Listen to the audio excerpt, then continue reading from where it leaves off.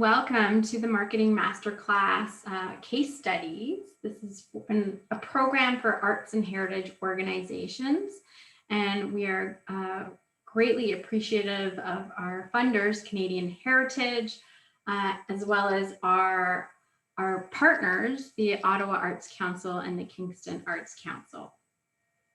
Today's case study is presented by Jared Davidson. He is the Marketing Communications Manager at the Great Canadian Theatre Company, and we're delighted to have him here today to go over his marketing strategy.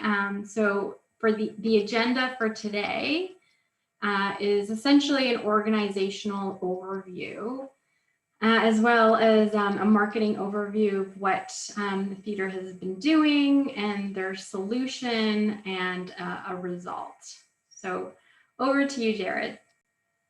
Hey, okay. So yes, I am Jared Davidson. I'm a white man in his early 30s with brown hair and glasses, and I'm wearing sort of an orange V-neck shirt. V-neck seems right. I've been at my role in marketing communication as the marketing and communications manager for GCTC for almost 3 years.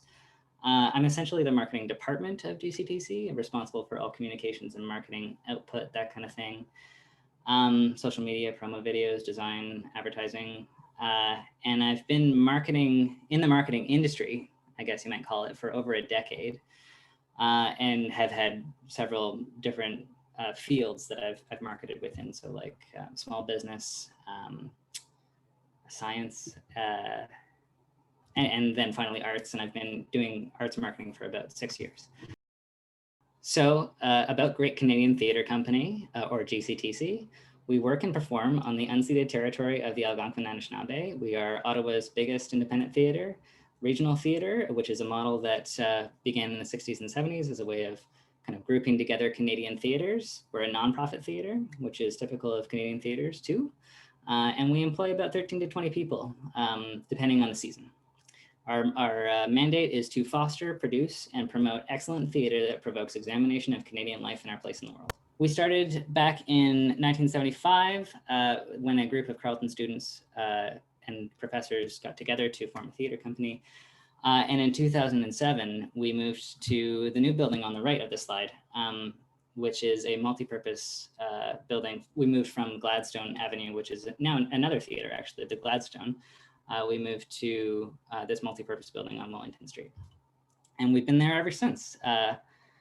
So pre-pandemic marketing, I kind of want to set the baseline for this first, just to get a sense of how things have changed and what we did to adapt to the pandemic. So before the pandemic, we were sort of in a cycle of show-based marketing. So we had 6 shows a year in a season. And each of those shows would have about a month and a half of marketing cycle. So we'd scale up, we'd put out all of the marketing and press releases, and then start it all over again when we hit the next show. So the goal was ticket sales, which is pretty standard, I think, for the way in which theater has been marketed in Canada up until the pandemic, I think. Because of this, there was a emphasis on traditional media buys like print, radio, things that can make a big splash that do cost quite a bit of money. And I wanted to mention that in theater generally, I think there's this dilemma when it comes to new audiences. And I think across the board in marketing, there is a bit of this, but in theater, we are always trying to balance our marketing between maintaining our audiences and ensuring that they're aware of whatever we have going on, and also growing new audiences. And that's going to come back later. So the pandemic hits. This is March 12th, 2020, which still feels like yesterday. But what happened was we opened a play called Daisy, and then on March 12th, and then on March 13th closed it right away. Due to the pandemic hitting the city. And I think what we then went through as sort of an organization was a period of deep introspection, where we realized we we weren't going to have theater, at least not in the way we had known it up until this point. At first, we thought we were going to just extend it a month. We were going to wait a month and then come back, but then of course things got much worse. And what we ended up doing was realizing that we needed to pivot to online theater eventually. But in the meantime, I had no content, right? Like as a theater marketer, so much of what goes through our social media, so much of what goes out to the press, so much of what I do is take the content that is produced on stage and market it or put it in front of people in the service of marketing it. So what I had to do was kind of rethink how I was marketing the theater. I realized that what was needed was a solution to the problem created by online theater, sort of in advance, where I felt, and we all felt, that online theater would alienate people, that it wouldn't do enough to bring people together. And so we needed a community to step in and increase the feeling of coming together, right? So what the main thing we did was invest in new platforms. So creating a content stream on YouTube and using Facebook as a meeting place. So that entailed a shift to content marketing, which meant that I became much more of a video producer. We had no revenue, so then we had really no budget to speak of, but I was able to sort of take on all of that and build my skills and develop a few ways of maintaining a feeling of community and a feeling of that GCTC, we were still here. We wanted to come out of the pandemic with people recognizing what we do and maybe even feeling closer to it than they had before. And the other thing we had to do was ensure that we were training our audiences for online theater, because we knew it was coming and we knew it would be a big gap for our audiences. And so that was all sort of accomplished through just the doing of it. So part of the strategy was video interviews, which were a way of making people aware of what was going on at the theater. So we had playwrights and residences. There's a couple there. We were doing interviews with various community members. And one thing that did come out of this was an online choir, which was really unexpected for us. We put together a video asking if people wanted to be a part of an online choir that we were launching. And we got 350 people just desperate, I think, not desperate, but like who wanted community contact and were just excited to be a part of something again.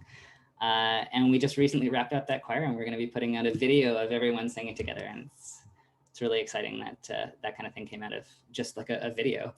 And of course, as we sort of like developed the idea of moving into streaming, we wanted to kind of ease ourselves into that. And what we did was we put together education streams. We had our artistic director reach out to various people in the theater community and bring them on to talk about theater as it relates to education. So giving tips to students who are coming into a career or looking to come into a career in theater.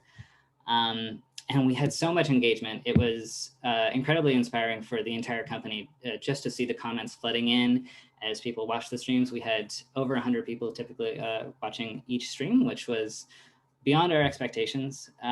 And really it helped to give us a sense. We thought that we were giving our community a sense of community belonging, but I think that we also needed that to really focus our work and continue kind of braving the pandemic as it was. So what happened here was we saw just a huge amount of community engagement. Our Facebook grew quite substantially, I think by about 25%, and that's our lead platform, and the other social media platforms followed about on pace. And it also made it possible to transition to online shows in a way that was fluid.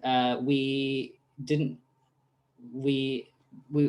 put together sort of a spring online season that far outstripped our expectations in terms of revenue.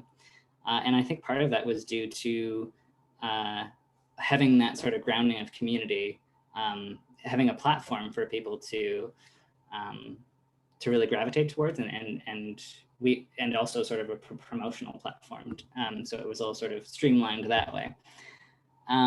We created a community choir, and we also increased accessibility by quite a bit. One thing that in-person theater sort of lacks when compared to online theater is for people with disabilities, for people who need captioning, for people who aren't able to experience theater to the fullest extent in person.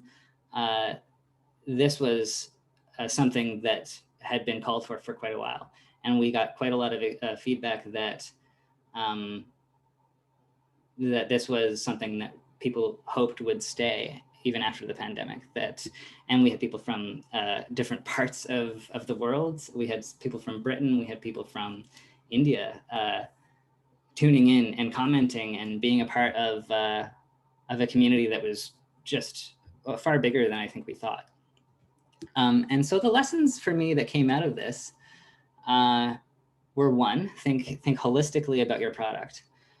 I think that so often marketers can get lost in the trenches and sort of like think only about return on investment for whatever piece of marketing or investment we're putting out, without thinking about the long-term impact of each move we make. And what I realized in what the pandemic helped me realize was we are more than just the tickets we sell. You know, like what I'm doing when I'm marketing is helping to close part of a circle that includes the box office, that includes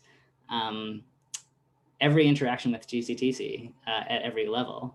And I think that was by far the most valuable thing that came out of this. And I think that it's a great lesson to learn at any stage in marketing, but I think that I sort of came by it the hard way, I guess. The second lesson was, don't be afraid to do it yourself. And in part, I was doing everything myself for the marketing push into online theater because we didn't have any resources. And what it revealed to me actually was that the content that we were producing in-house was in many cases better, not necessarily from like a overall quality perspective. We could do something much more flashy by hiring a company to do it for us, but it wouldn't necessarily have the soul of the company, the branding of the company. It wouldn't necessarily be in there. And then finally, trust your audience / customers to follow you. We were worried that we would lose people in a transition to online theater. But what we realized was there was a community there that that wanted to do something with us. And whether or not everyone was able to make the jump, we felt like we brought most people along. And I think that it taught me that trusting in an audience is I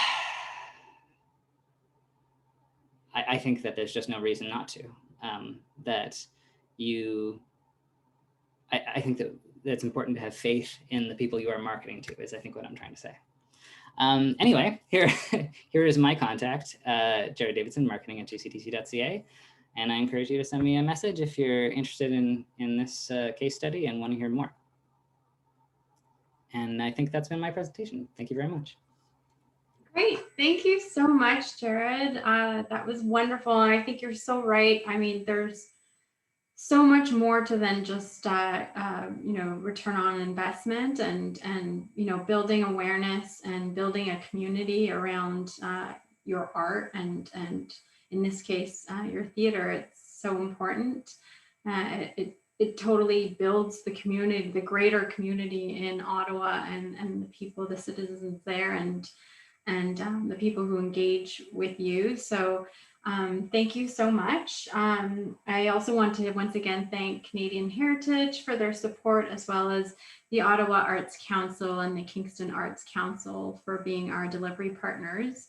And also thank you to all organizations who have agreed to participate as case studies. And we hope for those of you who are watching, you will stay tuned for more case studies in the future. Thanks so much. Thank you. Thank you, Jared.